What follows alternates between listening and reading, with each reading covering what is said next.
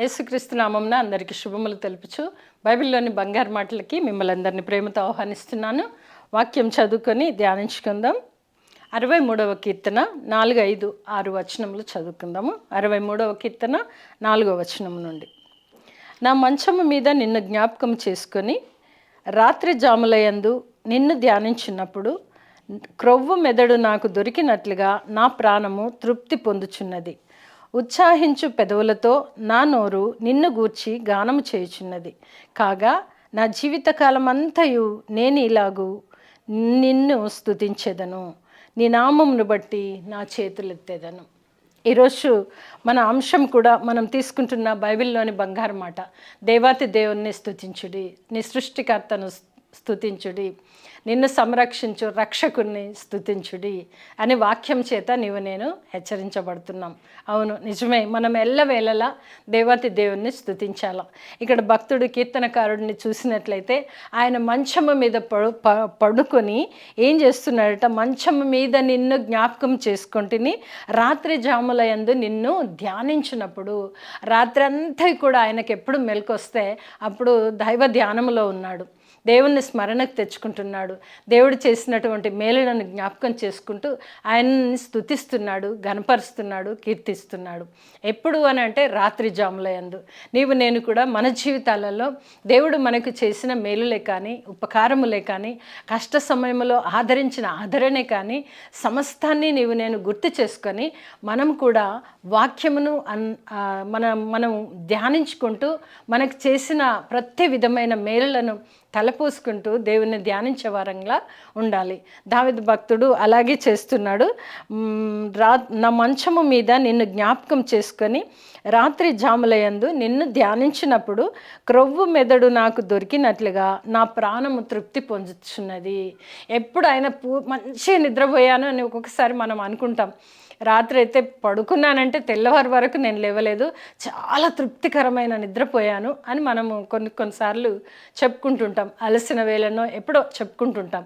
కానీ ఇక్కడ భక్తుడు ఏమని చెప్తున్నాడు అనంటే, నా మంచము మీద దేవుణ్ణి జ్ఞాపకం చేసుకొని రాత్రి అంతయు ఆయనను ధ్యానించినప్పుడు నా ప్రాణం ఎలా తృప్తి పొందుచున్నది అనంటే, క్రొవ్వు మెదడు నాకు దొరికినట్లుగా నా ప్రాణము తృప్తి పొందుచున్నది అని చూస్తుంటున్నాం.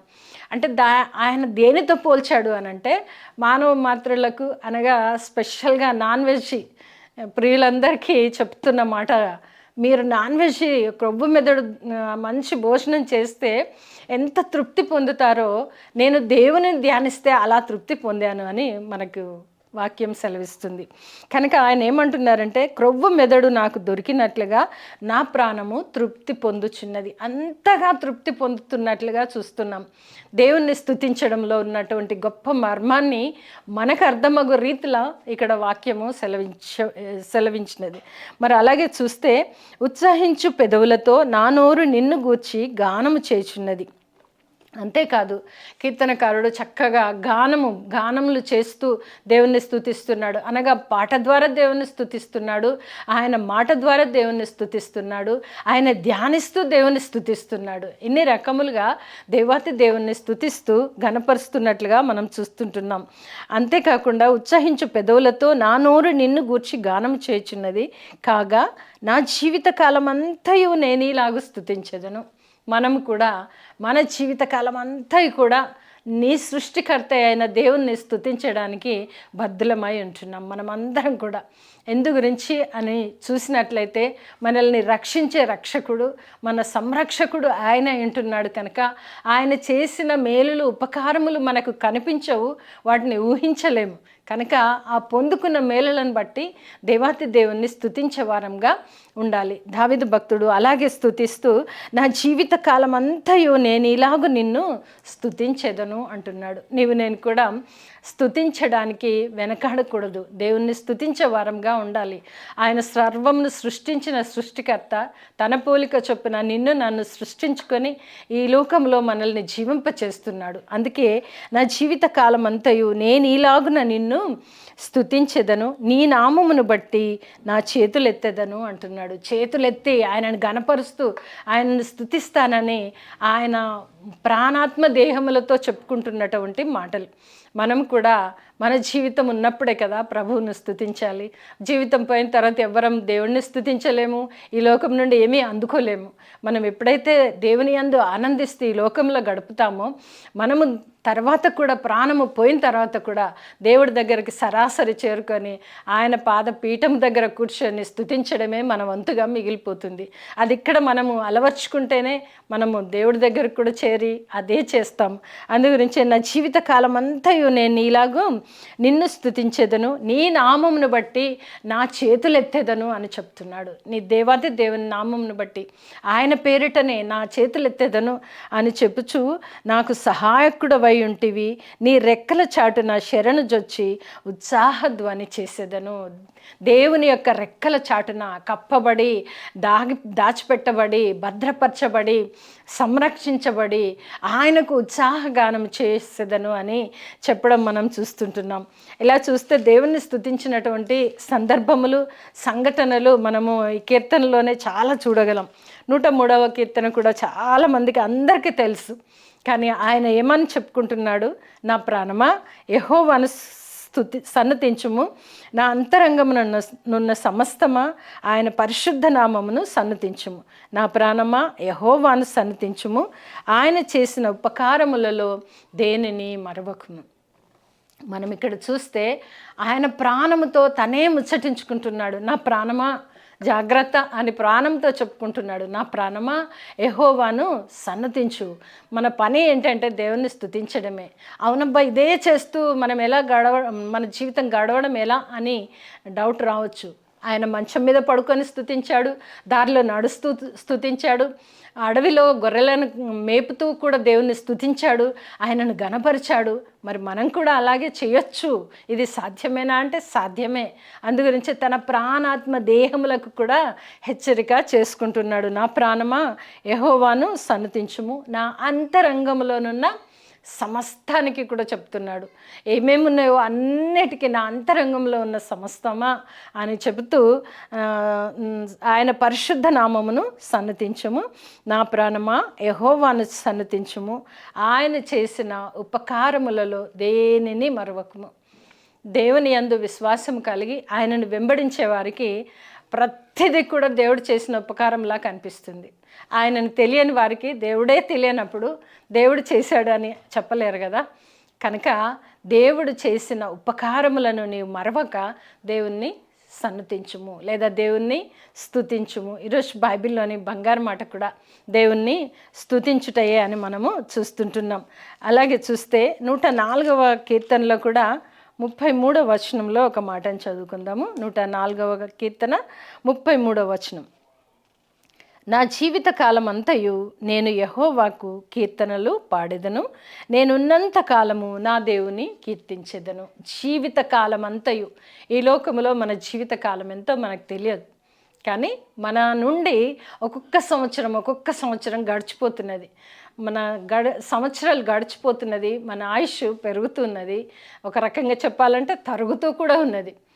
సంవత్సరాలు ఇంత అని చెప్పుకుంటాం, కానీ తర్వాత ఎంత ఉంది అనేది అది తరుగుతూ ఉంటుంది. దాన్ని బట్టి మనం ఏం చేయాలంటే జీవితకాలం అంతయు, మరి ఇక్కడ మనం వాక్యం చూసినట్లయితే నా జీవితకాలం అంతయు నేను యెహోవాకు కీర్తనలు పాడేదను, నేనున్నంత కాలం నా దేవుణ్ణి కీర్తించేదను. మనం ఉన్నంత కాలము దేవుణ్ణి కీర్తించకుండా ఉన్నట్లయితే అర్ధ జీవితము వ్యర్థమైపోయిన తర్వాత దేవుణ్ణి పట్టుకుంటాం. కానీ అలా కాదు, నేనున్నంత కాలము, ఈ భూలోకములో బ్రతికినంత కాలము నా దేవాతి దేవుణ్ణి స్తుతించేదను, సన్నతించేదను, ఉత్సాహగానము చేయుచు కీర్తనలు పాడేదను. మనం కూడా అలా చేసుకోవాలి. ఈ క్రిస్మస్ సీజన్లో మనము ఉత్సాహ గానాలు చేస్తుంటాము దేవుణ్ణి స్తుతించడానికి. మరి ఆత్మతో స్తుతిస్తున్నామా, హృదయాంతరంగంలో నుండి వస్తుందా, లేదా ఆట పాటల మాదిరిగా వస్తుందా? ఒక్కసారి మనం గమనించుకోవాలి.